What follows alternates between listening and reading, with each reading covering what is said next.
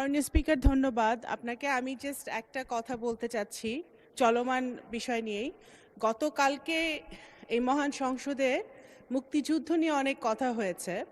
তারপরে আমার মনে হয়েছে যে যেহেতু এই সংসদে আমরা যারা আছি তারা মুক্তিযুদ্ধের চেতনা বিক্রি করি না, ধারণ করি।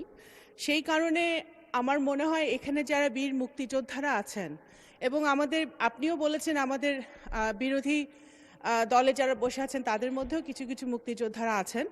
আপনারা তাদের নামের আগে, আমাদের সবার নাম যখন বলা হয়, মুক্তিযোদ্ধাদের নাম, তাদের নামের আগে যদি বীর মুক্তিযোদ্ধাটা বলা হয় এবং তারপরে নামটা বলা হয়, তাহলে মনে হয় যারা ইয়াং জেনারেশন আছে, নতুন প্রজন্ম, তারাও জানতে পারে এবং মুক্তিযোদ্ধাদেরকেও একটা সম্মান দেওয়া হয়।